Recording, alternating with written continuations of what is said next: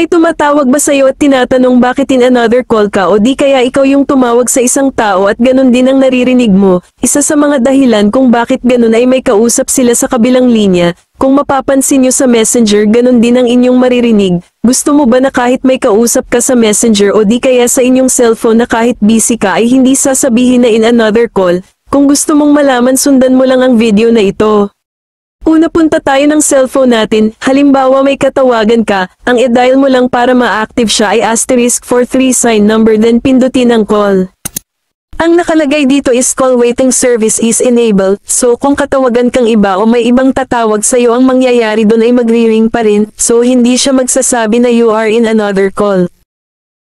So ngayon naman paano ba siya i-disable? I-dial mo lang ang sign number 43 sign number then pindutin ang call. Ayan na call waiting service is disabled then pindutin mo lang ang OK.